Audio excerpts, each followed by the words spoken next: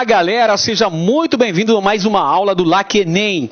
E agora a gente vai continuar o nosso estudo da Era Vargas. Na aula anterior a gente viu as duas primeiras etapas que constituem este período. O governo provisório de 1930 até 1934 e o governo constitucional de 34 até 1937. Agora, nós vamos falar sobre o período ditatorial da Era Vargas, o chamado Estado Novo, o período que vai de 1937 até 1945, período muito importante da história do Brasil, que apresenta como características gerais. O Estado Novo se constituiu num momento de exceção no Brasil, um período ditatorial. Por quê? Porque havia um autoritarismo por parte do presidente Vargas, um governo autoritário, um governo em que havia uma hipertrofia do poder executivo. Todos os partidos políticos foram colocados na ilegalidade, não se realizavam eleições, havia censura aos meios de comunicação, existiu também perseguição política a todos os opositores do Estado Novo.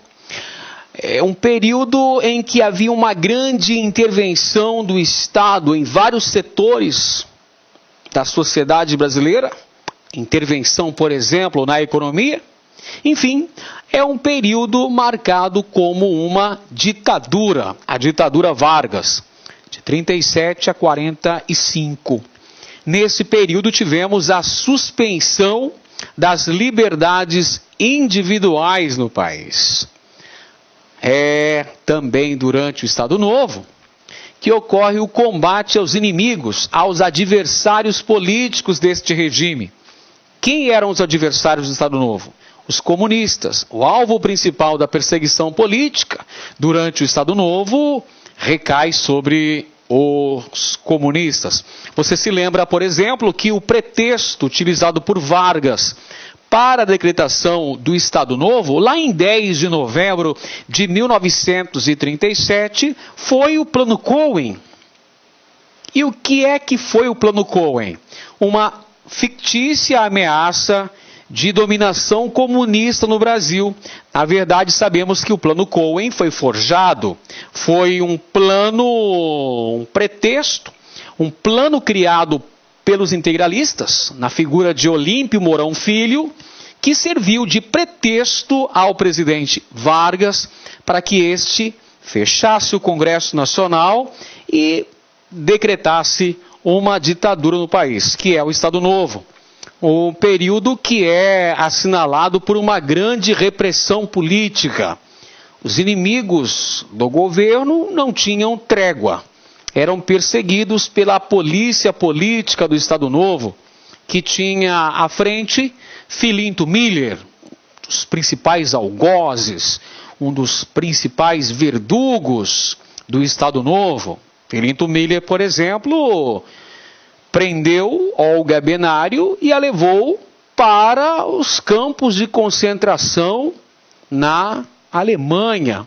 Um presente de Getúlio Vargas para Hitler. É só um exemplo da perseguição política feita durante o Estado Novo no Brasil. Mas esse período, ele não é monolítico. Nós não podemos olhar para o Estado Novo apenas sob o viés da política, da repressão, das prisões, da tortura, da polícia política. Nós temos que olhar para outros aspectos. Por exemplo, a questão trabalhista. Foi durante o Estado Novo que ocorreu a decretação da CLT. Lá em 1º de maio de 1943, no estádio de São Januário, no Rio de Janeiro, Getúlio Vargas anunciou a consolidação das leis trabalhistas, a famosa CLT, inspirada na Carta del Lavoro de Mussolini na Itália. E tivemos também, durante o Estado Novo, a participação do Brasil na Segunda Guerra Mundial. Pois é, o Brasil participou ativamente da Segunda Guerra Mundial. O Brasil aliou-se aos Estados Unidos e enviou para a Itália a FEB, a Força Expedicionária Brasileira, e a FAB, a Força Aérea Brasileira. Portanto, o Brasil também assume uma postura, digamos que protagonista na Segunda Guerra Mundial. Contexto muito importante.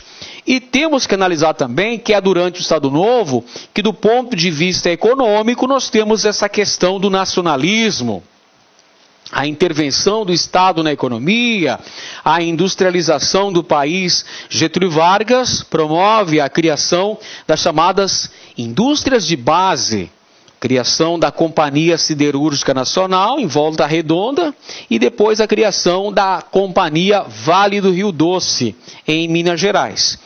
Então, o Estado Novo, esse período de 8 anos, apresenta importantes características. O que nós temos que estudar para termos uma fixação boa, para ficarmos competitivos em relação ao estudo da Era Vargas no que tange ao Estado Novo?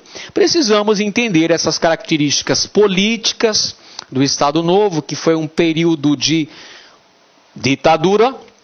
Também estudar as questões sociais com a criação da CLT, questões trabalhistas, e ver também a questão da economia com a criação da indústria pesada no Brasil, CSN e Vale do Rio Doce. É o Estado Novo, período ditatorial da Era Vargas. Começou em novembro de 1937 e estendeu-se até o final da Segunda Guerra Mundial. Beleza então, gente? Vamos estudar o Estado Novo.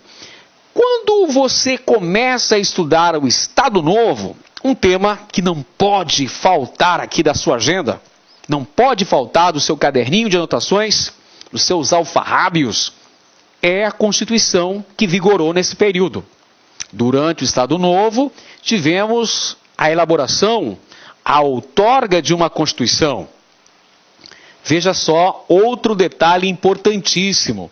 A Era Vargas apresenta 2 cartas constitucionais.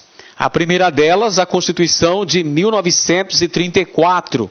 Aquela Constituição que era democrática, que era liberal, inspirada na Constituição da República de Weimar, mas que durou pouco tempo. Em 1937, Vargas rasgou a Constituição de 34 e outorgou, ou seja, impôs, pela força, uma nova Constituição para o Brasil. A Constituição de 1937. Constituição esta apelidada de Polaca. Por que Polaca, professor? Porque era inspirada em muitos de seus artigos na Constituição polonesa. Daí o apelido Polaca. Mas, segundo as más línguas, também era uma referência àquelas moças do Baixo Meretrício, as famosas polaquinhas, as prostitutas, a forma depreciativa da Carta Constitucional de 1937, apelidada carinhosamente de Polaca. Aliás, aqui cabe até um adendo. Não se sabe ao certo se Vargas pronunciou essa frase, mas a questão anedotária que envolve a figura política de Vargas, que sem dúvida é uma das mais importantes personalidades de toda a história do Brasil, corre um boato de que Vargas teria dito que as constituições são como as mulheres, nasceram para serem violadas. Não se sabe ao certo se Vargas teria dito esta frase de conotação extremamente machista, mas a verdade é que ele literalmente rasgou a Constituição Liberal de 34 e impôs uma Constituição autoritária, a Constituição de 1937, que vigorou durante os 8 anos do Estado Novo. Eis aqui algumas das características básicas desta Carta Constitucional. Ela estabelecia uma centralização política com o fechamento do Congresso Nacional, das Assembleias Legislativas, das câmaras municipais, ou seja, uma suspensão do exercício do poder legislativo no Brasil.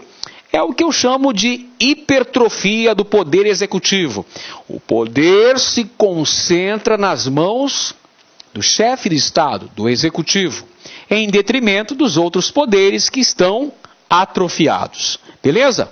Outra característica importante que explicita esta centralização política: a nomeação de interventores federais para governarem os estados. Em todos os estados da federação, em todos os estados da União, Vargas acabou nomeando um interventor, uma pessoa de sua máxima confiança para governar os estados brasileiros. Então há uma intervenção federal nos estados. E claro que Vargas fez uma série de alianças com as lideranças políticas estaduais para se manter no poder, assim como também estabeleceu aliança com a Igreja Católica. Esse é um aspecto também muito importante, porque você sabe que o Estado Novo era uma ditadura que se voltava contra os opositores do regime, principalmente contra os comunistas. É por essa razão que a Igreja Católica abraça essa causa. A Igreja vai ser o braço direito do Estado ditatorial varguista, o chamado Estado Novo no Brasil. Olha aí mais uma característica importante do Estado Novo: autoritarismo, poder centralizado no executivo. Temos também censura aos meios de comunicação. Essa é outra importante característica. Durante a vigência do Estado Novo, rádio, jornal, revista, todos eles passavam pelo crivo da censura. Não é à toa que durante o Estado Novo foram criados vários órgãos de controle para regular as informações que circulavam junto à população brasileira. Isso significa o quê, meus amigos? Trocando em miúdos. Significa censura. Se a imprensa não é livre, a imprensa então é cerceada, ou seja, censurada. Essa é outra característica marcante do Estado Novo: censura aos meios de comunicação, além da repressão política. Nós podemos citar o exemplo emblemático de Luiz Carlos Prestes, que permaneceu preso durante praticamente todo o período de vigência do Estado Novo.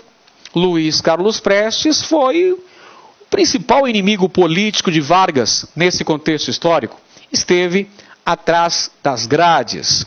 Nós podemos citar um outro exemplo célebre de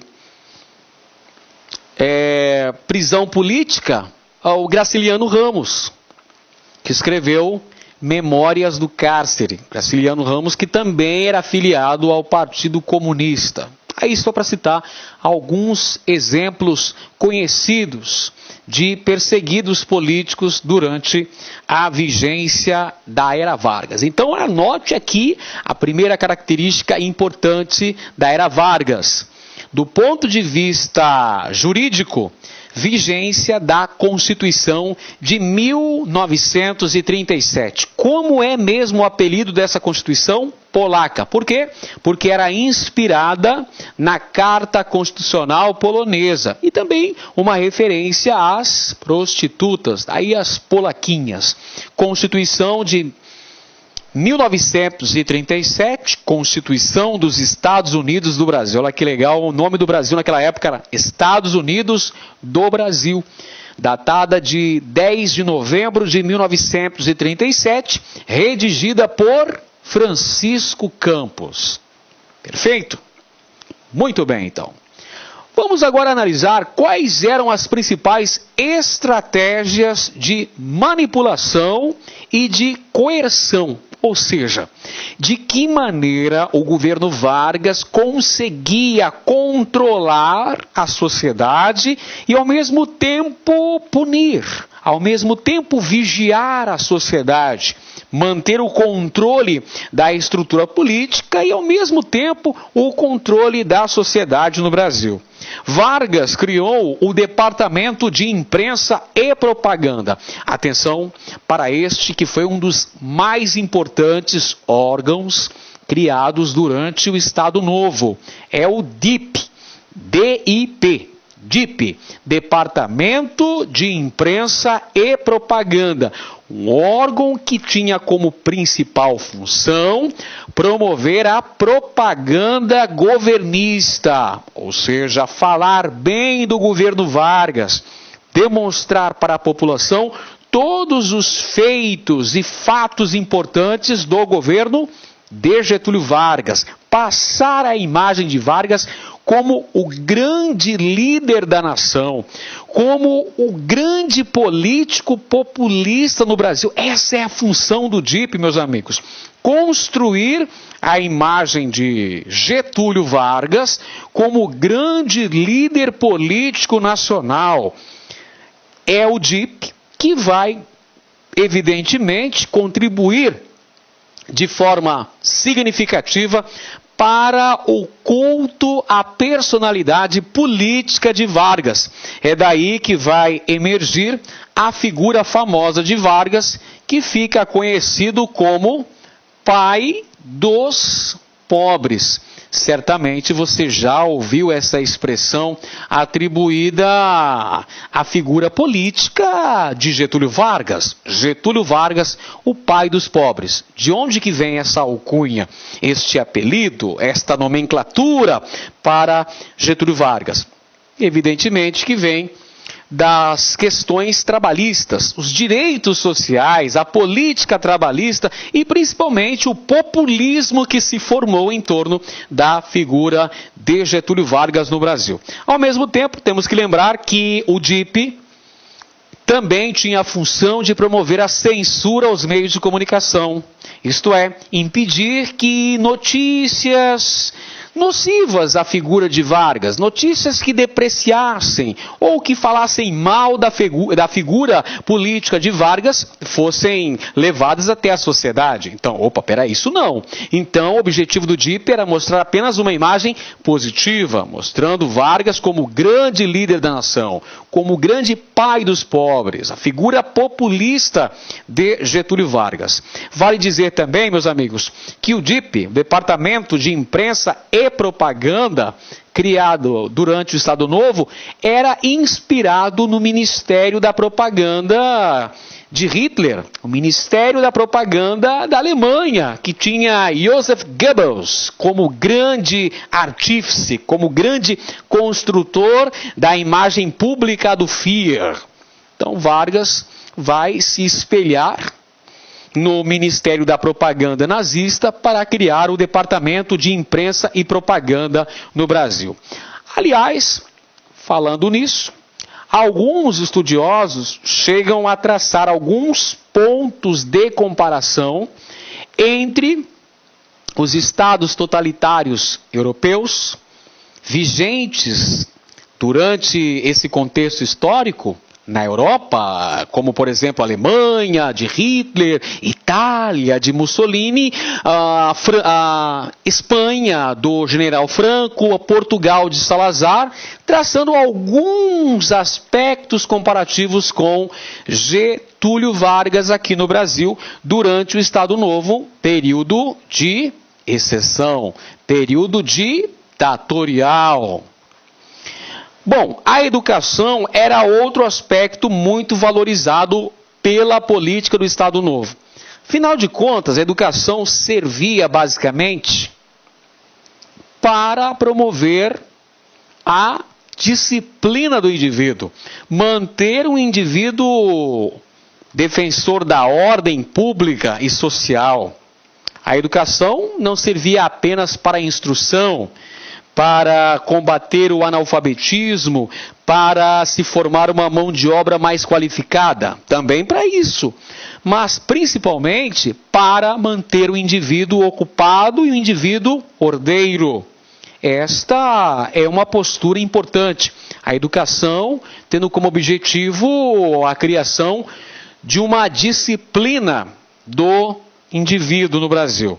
E do ponto de vista repressor, nós temos a ação da polícia política de Vargas, que tinha como principal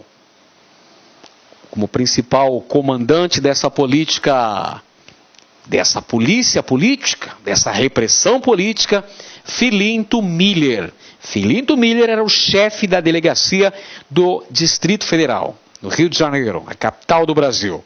Então, a repressão política ficava a cargo de Filinto Miller.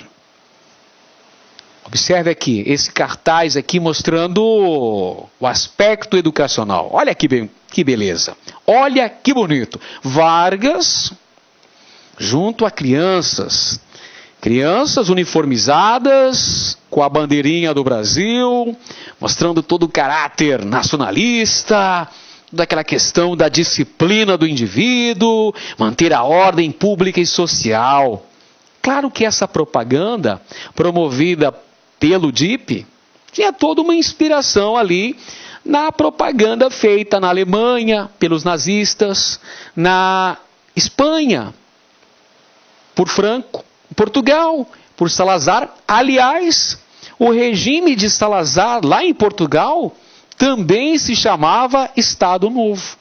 Veja uma semelhança com o regime ditatorial de Vargas aqui no Brasil. Olha a outra imagem aqui mostrando os alunos empunhando a bandeira do Brasil. Esse é um outro detalhe importante. Durante o Estado Novo, apenas a bandeira nacional poderia ser hasteada. As bandeiras estaduais, inclusive, chegaram a ser queimadas. O objetivo do Estado Novo era demonstrar essa unidade nacional, a defesa extremada do nacionalismo. Por isso que nas peças publicitárias do Estado Novo sempre aparecia a bandeira nacional. Agora vamos tratar de outra temática muito importante, outro assunto que é fundamental para a compreensão do que foi o Estado Novo no Brasil. Compreender as estruturas econômicas e as questões trabalhistas durante o Estado Novo. Eis aqui uma característica fundamental, uma característica marcante do Estado Novo do ponto de vista econômico. Nacionalismo. Vargas tinha o interesse de promover o desenvolvimento autônomo do Brasil, do ponto de vista econômico. E esse desenvolvimento autônomo seria alcançado com a consolidação da nossa industrialização. Para que o Brasil pudesse consolidar esse processo, precisava-se necessariamente das indústrias de base, que pudessem diversificar o nosso parque industrial. Precisávamos investir na indústria pesada. Mas para conseguir isso, o Brasil precisava necessariamente de apoio estrangeiro. Como é que se daria esse apoio estrangeiro? De duas maneiras. O Brasil precisava de capital, ou seja, investimentos, dinheiro para se investir na indústria de base, e o Brasil precisava também de tecnologia.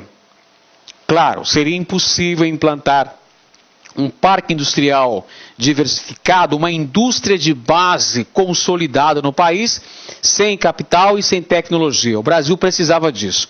E o interessante é que, nesse contexto em que a preocupação do governo passa a ser garantir a consolidação da indústria pesada no Brasil, o país chegou a flertar com os dois lados. O Brasil conversou com a Alemanha, o Brasil conversou com os Estados Unidos. Veja só que postura que o Brasil adotou no contexto que marca o início da Segunda Guerra Mundial. O Brasil tratou dessas questões com a Alemanha, inclusive haviam vários elementos que ocupavam cargos de prestígio, altos postos na burocracia do Estado Novo, que eram germanófilos, que apoiavam a Alemanha. Eu posso citar para você Filini, por exemplo, e o próprio Eurico Gaspar Dutra, ministro da Guerra de Vargas. Eles eram a favor de uma cooperação técnica Brasil-Alemanha. Viam com bons olhos o estabelecimento de uma aliança política que pudesse financiar a industrialização de base no Brasil. E, ao mesmo tempo em que conversava com o lado alemão, o Brasil também iniciava tratativas com o lado norte-americano. Conversava também com os Estados Unidos. Veja a postura pragmática adotada pelo Brasil durante o período do Estado Novo. O Brasil estava esperando uma melhor oferta para se posicionar nesse contexto extremamente conturbado. Não se esqueça que a Segunda Guerra Mundial começou em setembro de 1939 e o Brasil não se definiu de imediato seu posicionamento. O Brasil adotou uma postura de neutralidade até 1942. Só a partir de 42 é que o Brasil define o seu lado, é que o Brasil vai quebrar essa neutralidade e assumir uma postura dentro do contexto da Segunda Guerra, apoiando os aliados. Isto é importante. E por que é que o Brasil apoia os aliados a partir de 1942? É por causa do apoio feito pelos Estados Unidos. O governo dos Estados Unidos da América apoia o Brasil no seu desejo de criar a indústria de base. Capital estatal, a criação da Companhia Siderúrgica Nacional, a famosa CSN, criada em 1941, destinada à produção de aço, garantindo 100% do controle nacional na indústria siderúrgica. E a criação da CSN está no bojo, no contexto da Segunda Guerra Mundial. O Brasil vai conseguir este apoio logístico, esse incentivo de capital e tecnológico dos Estados Unidos, negociando um apoio na Segunda Guerra Mundial. O Brasil vai declarar guerra contra os países do eixo, vai romper relações diplomáticas com os países do eixo, Alemanha, Itália e Japão, vai cerrar fileiras com os aliados e vai oferecer o litoral nordestino, Natal, para a construção de uma base naval para que os submarinos, para que os navios norte-americanos pudessem abastecer para os ataques à África. É interessante essa postura adotada pelo Brasil, que só vai definir um posicionamento efetivo a partir de 42. O Brasil vai fechar com os aliados e romper com os países do eixo. É um contexto histórico da criação das indústrias de base do Brasil. CSN, Companhia Siderúrgica Nacional, no Rio de Janeiro, Volta Redonda, e também a criação da Companhia Vale do Rio Doce, em Minas Gerais, em 42, com a atividade da mineração. Então isso faz com que o Brasil se posicione na Segunda Guerra Mundial, apoiando os Estados Unidos. Em relação às questões trabalhistas, temos algumas características fundamentais. Uma delas é o famoso peleguismo. Vou até escrever aqui. Peleguismo. Sindicatos pelegos. O que quer dizer isso, professor?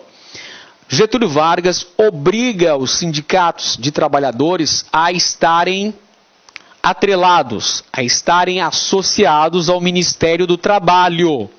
Isso faz com que os sindicatos percam sua autonomia. Os sindicatos não são livres para fazer manifestações, para promoverem passeatas, movimentos e nem pensar em greves. Isso faz com que os sindicatos percam muito de sua autonomia, praticamente não tem autonomia. Surge daí a famosa expressão peleguismo, sindicatos pelegos, sindicatos cooptados pelo governo, ok? Outra importante medida de Vargas, a criação do salário mínimo. Você viu na nossa aula anterior, a aula Era Vargas, primeira parte, que os primeiros direitos sociais dos trabalhadores foram criados por Vargas. O direito a férias remuneradas, o direito ao descanso semanal, a regulamentação do trabalho da mulher, do trabalho do menor, a criação da justiça do trabalho. Pois é, aqui durante o Estado Novo nós temos a consolidação dessas leis do trabalho. Por exemplo, a criação do salário mínimo, que seria o valor suficiente para que o trabalhador e sua família conseguissem sobreviver ao longo do mês, que desse para custear alimentação, vestuário, saúde e sobrar algum para o lazer. Esse era o valor do nosso glorioso salário mínimo, criado aqui durante a Era Vargas no contexto do Estado Novo. Mas a mais importante contribuição de Vargas, do ponto de vista do trabalho, durante o Estado Novo, foi a CLT. A CLT, promulgada em 1º de maio de 1943, no estádio do Vasco da Gama, no estádio de São Januário, no Rio de Janeiro. A CLT, que era claramente inspirada na Carta del Lavoro, de Mussolini. A CLT é basicamente uma síntese da política trabalhista do período Vargas. Você sabe muito bem que Vargas controlava o movimento operário, impedia a luta de classes. Que Vargas promoveu a criação das primeiras leis trabalhistas e as apresentou para a classe trabalhadora como se as mesmas fossem uma benesse, um presente. Daí que vem a figura do pai dos pobres, meus amigos. Essa é uma expressão, essa é uma figura política construída pela propaganda oficial varguista, para colocar Vargas, então, como um grande líder carismático, um grande líder populista. Não é à toa que Vargas sempre começava os seus discursos com a expressão trabalhadores do Brasil. Uma forma de se identificar como defensor das massas trabalhadoras do Brasil. Claro que isso visava obter dividendos políticos. Vargas esperava ter como seu principal sustentáculo o apoio da classe trabalhadora. E olha só uma característica fundamental da CLT, que foi promulgada em 43. Esses direitos trabalhistas, salário mínimo, férias, aposentadoria e demais benefícios, estavam restritos ao trabalhador urbano. Isso significa que o trabalhador rural permaneceu órfão do pai dos pobres durante o Estado Novo. Presta bem atenção. Os direitos trabalhistas criados durante a Era Vargas estavam restritos ao trabalhador urbano, aos operários, sobretudo nos grandes centros brasileiros, porque, a bem da verdade, ocorreu um processo de industrialização com um forte apoio estatal no Brasil nessa época, mas essas indústrias que se instalaram estavam restritas à região sudeste do Brasil. Tudo bem? Aí está então Getúlio Vargas, o criador da CLT, consolidação das leis do trabalho no Brasil.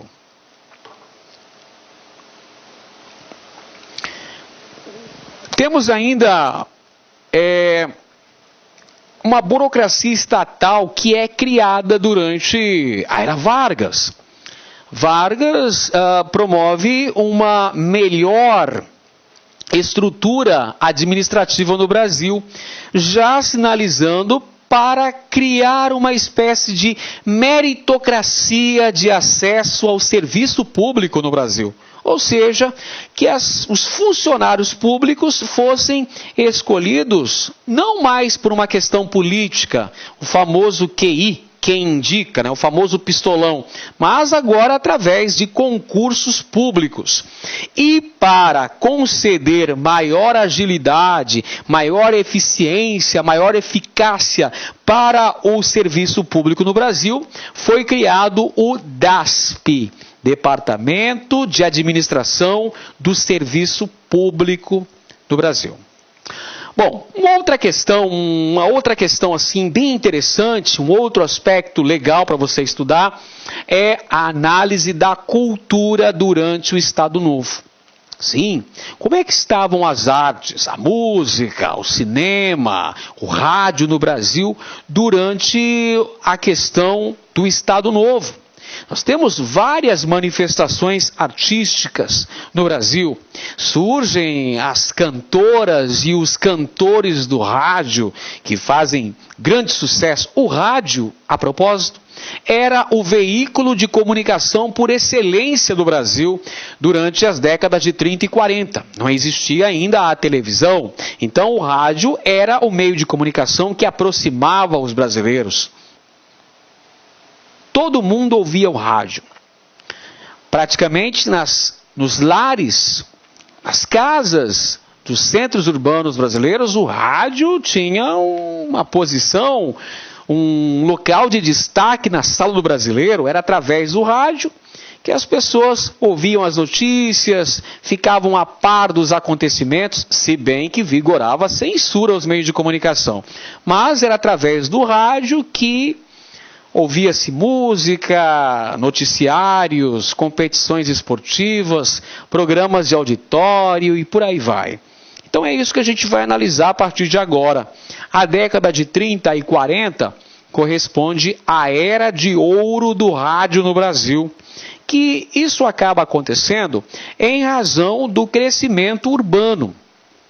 Inegavelmente, ao longo da era Vargas, e principalmente por conta da industrialização na região sudeste, nós tivemos um crescimento urbano. Muita gente se deslocou do interior em direção a São Paulo, ao Rio de Janeiro, a Belo Horizonte, cidades que eram bastante receptivas, né, que apresentavam postos de trabalho. Então, há sim um crescimento urbano. E esse crescimento urbano, por sua vez, contribui para o surgimento de uma sociedade de consumo e de massas.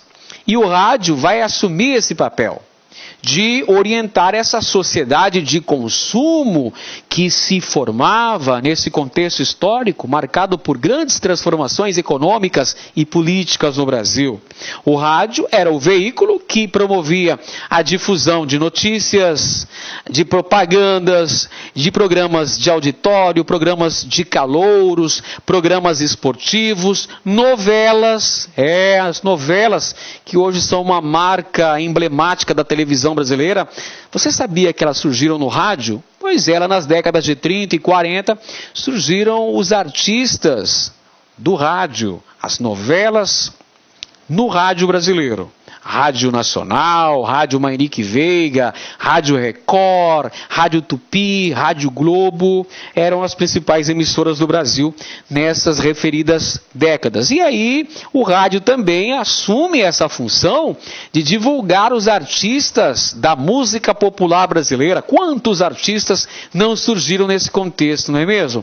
Carmen Miranda, Aurora Miranda, Elisete Cardoso, Dalva de Oliveira, podemos citar também Francisco Alves, o próprio Vicente Celestino, entre outros grandes nomes da música brasileira nessa época. Eram verdadeiras celebridades, verdadeiros popstars do Brasil, e num período em que o rádio era o veículo de comunicação mais importante. E Vargas, muito perspicaz, muito sagaz, extremamente inteligente, soube usar como ninguém o rádio como propaganda política. O rádio passa a ser, então, porta-voz das mensagens de Vargas para a população brasileira. É dessa época, por exemplo, que surgem programas que vão ser grandes divulgadores dos atos, dos feitos do presidente Vargas. Quer saber um exemplo? O programa chamado Hora do Brasil, que hoje nós conhecemos como A Voz do Brasil. É um programa oficial do governo. A Hora do Brasil era transmitida em rede nacional de rádio. Era esta, então, uma das maneiras de Vargas estabelecer um diálogo franco, tendo como interlocutor o ouvinte, seu eleitor. Então perceba, o programa de rádio era uma forma do presidente falar diretamente com os eleitores, com os cidadãos brasileiros. Vamos lembrar que no Estado Novo não tinha eleições. Então era uma forma de Vargas falar com os habitantes do Brasil, com o povo brasileiro. E é interessante destacar também que nesse contexto do Estado Novo, houve uma proliferação de emissoras de rádio em vários estados brasileiros, que além das ondas médias, tínhamos também as ondas curtas. Então a palavra, a voz do presidente Vargas era ouvida do Oiapoque ao Chuí, de ponta a ponta no território nacional, através das ondas do rádio. Vargas conseguia divulgar as suas ideias, seus ideais, sua estrutura política, sua ideologia nacionalista durante o Estado Novo. E outro programa muito importante, que tornou-se bastante famoso, que depois migrou para a televisão, era o Repórter Esso, testemunha ocular da história. Também o outro programa que fez uma propaganda política de Vargas, apoiou o regime do Estado Novo. Lembro mais uma vez que nessa época existia censura aos meios de comunicação. Portanto, notícias ou fatos contrários à ideologia do Estado Novo eram impedidas de circular, eram censuradas. Vargas soube utilizar de forma bastante eficiente, de forma bastante eficaz, o rádio como estratégia de propaganda política. Outra questão importante é perceber de que maneira que Vargas utilizou-se das questões nacionais e das questões populares para fazer propaganda política, para justificar o regime do Estado Novo, aquela ditadura comandada por Vargas. É durante o Estado Novo que nós temos uma defesa da construção do sentido de nacionalidade no Brasil, pessoal. A defesa dos ideais nacionais. Você já percebeu anteriormente que muitas vezes tínhamos cartazes mostrando Vargas, mostrando os alunos, mostrando os operários, e sempre um ponto que permeava todas essas apresentações, todas essas peças publicitárias, era a bandeira do Brasil. A função da bandeira nacional era demonstrar um amor ao solo pátrio, construir esse ideal de nacionalidade, essa defesa do nacionalismo, esse orgulho de ser brasileiro. Olha só, nessa época aí do Estado Novo, Ari Barroso, grande compositor brasileiro, que também era locutor de rádio, apresentava programas de calouros nas emissoras de rádio no Brasil, compôs a famosíssima obra Aquarela do Brasil. Brasil, meu Brasil brasileiro. É uma forma de vangloriar as riquezas, as belezas do Brasil. Sentido de construção da nacionalidade. Além disso, Vargas também, é claro, defendia os ideais que para ele eram mais caros. E quais são esses ideais mais valorizados, mais decantados pela política varguista do Estado Novo? Trabalho, ordem pública e social, disciplina, estabilidade. Então, Esse era o brasileiro ideal, o brasileiro trabalhador, ordeiro, disciplinado.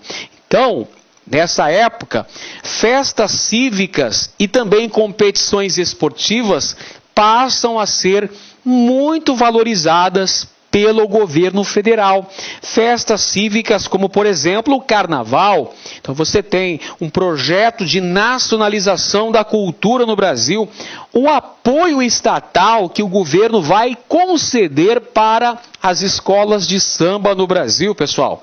Claro, as escolas de samba apresentavam sambas enredo em que, em geral, faziam o quê? Vangloriavam as riquezas nacionais, a riqueza da cultura, o sentido da nacionalidade brasileira. Então Vargas utiliza as escolas de samba, vai subsidiar o carnaval como forma de conseguir também o quê? Apoio político. E temos também a valorização da cultura popular. Vários elementos que até então, de certa maneira, eram vistos como marginalizados por boa parte da sociedade brasileira, sobretudo pelas camadas mais abastadas, por aqueles que formavam a chamada cultura erudita, passam a ser valorizados. Vamos dar um exemplo dessa cultura popular? A nossa boa e velha capoeira. A capoeira passa a ser valorizada como um patrimônio cultural brasileiro. Vamos lembrar também, pessoal, que é durante o Estado Novo que foi criado o Instituto do Patrimônio Histórico e Artístico Nacional, o IPHAN, que tem como função zelar pelo patrimônio do Brasil, pela cultura material, pela cultura imaterial do Brasil, que é outra temática importantíssima que você também precisa estudar no Brasil e que temos aulas aqui no LACENEM. O IPHAN, Instituto do Patrimônio Histórico e Artístico Nacional, foi criado durante o Estado Novo, Vargas. Então Vargas vai assumir essa postura aí, no sentido de construção da nacionalidade no Brasil. Vargas adorava essas ocasiões em que ele se apresentava perante as multidões. Geralmente no estádio de São Januário, no Rio de Janeiro, que era o maior estádio existente na cidade. Naquela época não havia ainda sido construído o estádio do Maracanã, que só foi inaugurado para a Copa de 1950. Então o estádio do Vasco era o maior estádio do Rio de Janeiro. E em São Paulo havia o estádio do Pacaembu, que foi construído em 1940, outro local que também recebeu efusivamente o Getúlio Vargas, o presidente da República. Ele aqui acenando efusivamente para a multidão em carro aberto. Perfeito? Vargas gostava dessas cerimônias públicas. Também aqui a gente pode perceber uma influência das grandes celebrações que eram realizadas na Alemanha por Hitler, na Itália por Mussolini, na Espanha pelo general Franco, em Portugal por Salazar. Grandes celebrações públicas. Não se esqueça que o apoio principal a Vargas era advindo das camadas populares, das massas trabalhadoras. Então, nós temos também a resistência cultural.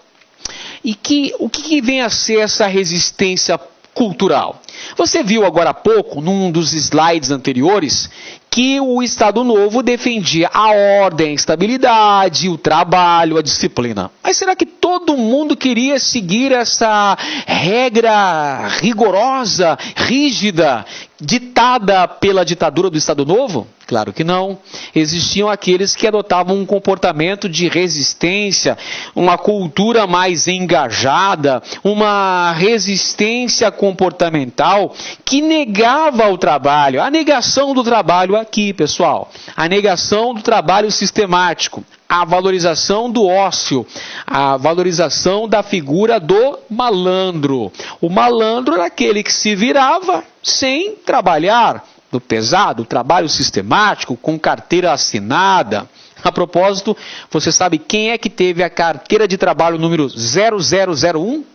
Foi Getúlio Vargas. A carteira de trabalho é outra criação da era Vargas. Mas o malandro era a figura que justamente negava esse trabalho sistemático, trabalho disciplinado. Então, por essa razão que a figura do malandro vai ser, digamos que, perseguida.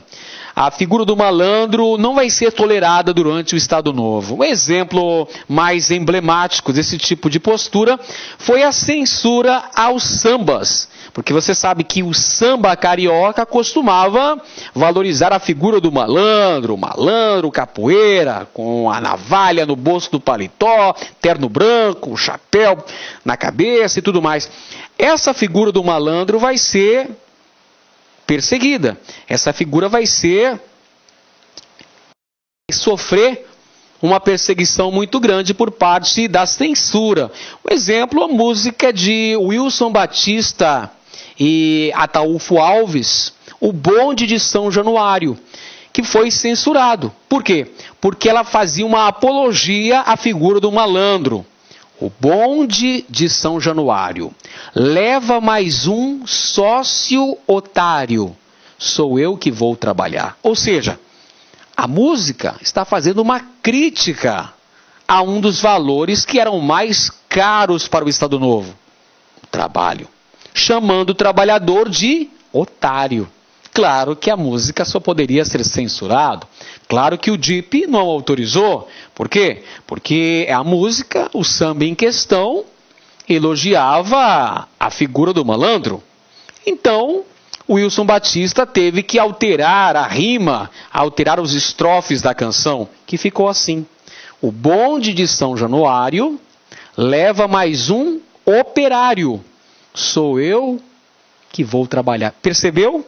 No lugar de otário, entrou operário, já mostrando que o compositor teve que se adequar às regras do jogo, que era a valorização do trabalho. Quem trabalha é que tem razão, eu digo e não tenho medo de errar. O bonde de São Januário leva mais um operário, sou eu que vou trabalhar. Antigamente eu não tinha juízo, mas resolvi garantir meu futuro. Veja você, sou feliz, vivo muito bem. A boemia não dá camisa a ninguém, digo bem. Percebeu? A letra da canção está dizendo que quem trabalha é que tem razão. Ou seja, está valorizando a figura do trabalhador, indo diretamente à ideologia defendida pelo Estado Novo. Então, claro que aí nós temos uma interferência direta do Departamento de Imprensa e Propaganda no Brasil. O fim do Estado Novo coincide com o final da Segunda Guerra Mundial, que foi em 1945. E para nós compreendermos de que maneira acabou o Estado Novo no Brasil, temos que entender basicamente a política externa adotada pelo Brasil no contexto da Segunda Guerra Mundial. Beleza? Olha aqui, presta atenção.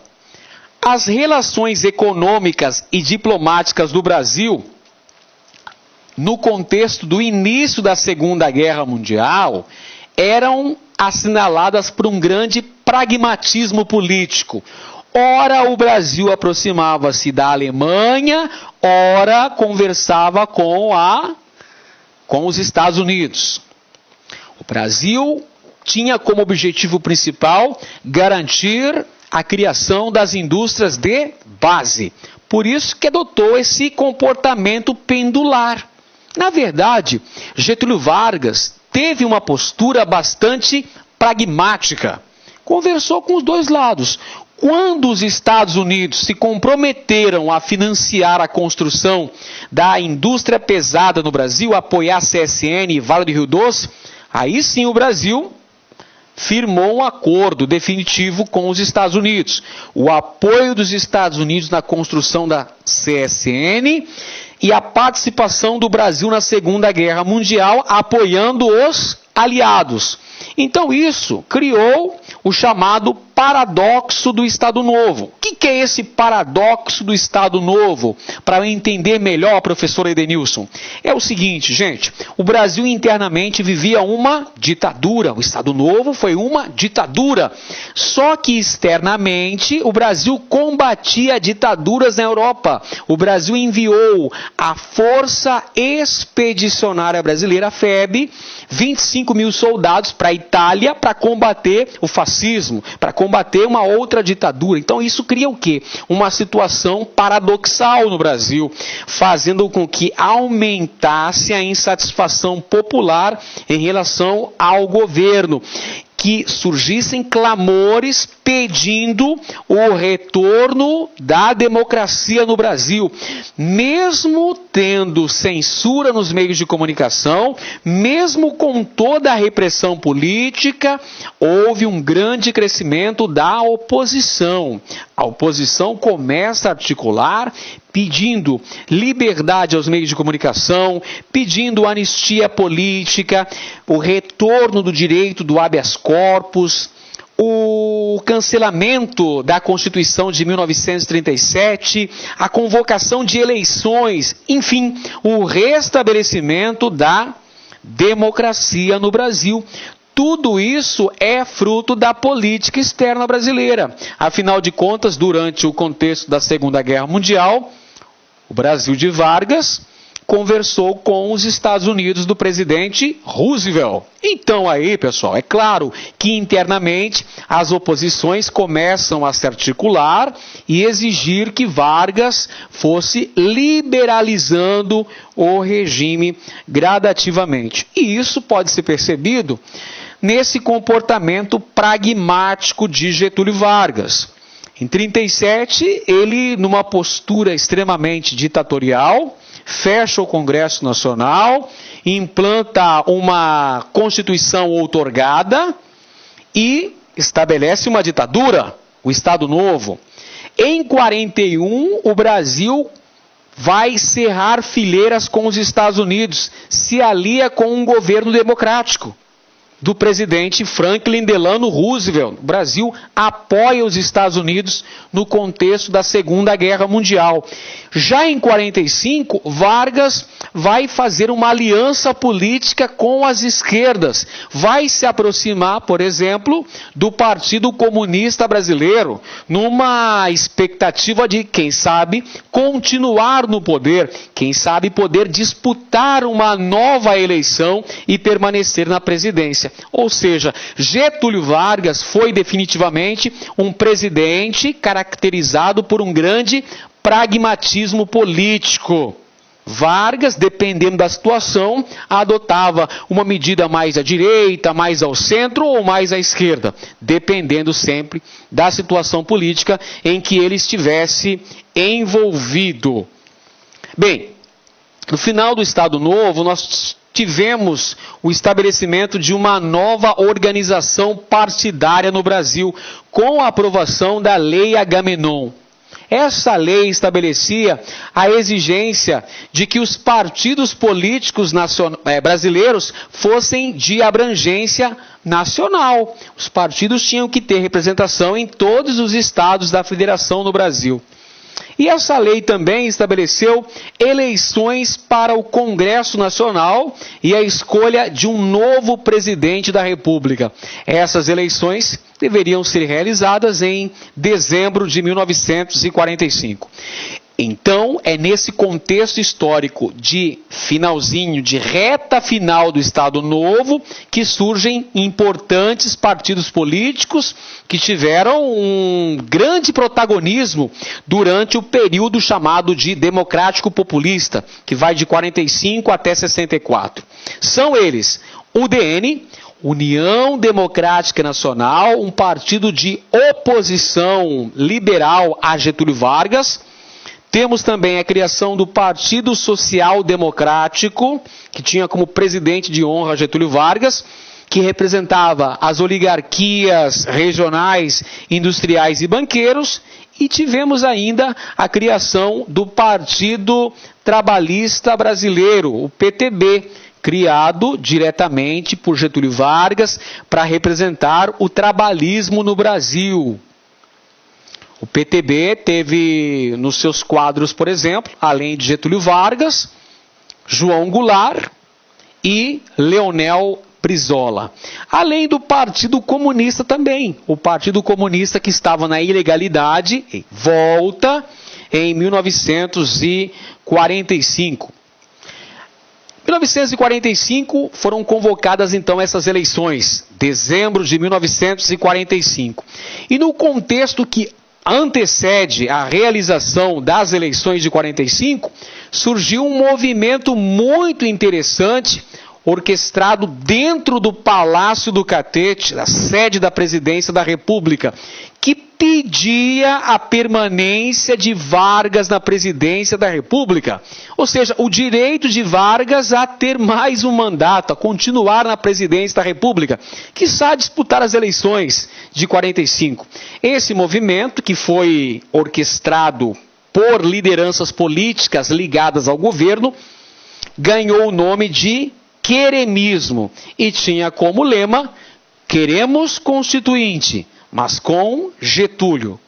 Só que essa estratégia não deu certo e Vargas acabou afastado do poder pelos militares, os mesmos militares que haviam ido lutar na Itália na Segunda Guerra Mundial. Quando retornam ao Brasil, destituem Vargas do poder, afastam Vargas da Presidência da República, sendo que o cargo passou a ser exercido pelo presidente do Supremo Tribunal Federal, José Linhares, que convocou as eleições para dezembro de 45 e promoveu a posse do presidente eleito naquele pleito, que foi justamente o ex-ministro da Guerra de Vargas, Eurico Gaspar Dutra. E em relação ao nosso glorioso Getúlio Vargas? Getúlio Vargas foi eleito senador da República em 1945 e eleito também deputado federal por vários estados brasileiros, mas teve uma atuação muito modesta, uma atuação muito pequena no Congresso Nacional, resolvendo então se autoexilar em sua fazenda, a fazenda de Itu, localizada na sua cidade natal, São Borja, no Rio Grande do Sul. Mas pensa que este é o final da história? Não é o final da história, porque Getúlio Vargas partiu para o Rio Grande, mas de lá ele voltaria, e nos braços do povo. Mas esta já é uma outra história que eu prometo, conto tudo para você num próximo encontro. Por enquanto é só. E não se esqueça, aqui não tem cipá, aqui é pra passar. Um beijo no seu coração e até a próxima. Valeu! E aí, pessoal, gostou da aula de história? Então curta e compartilhe.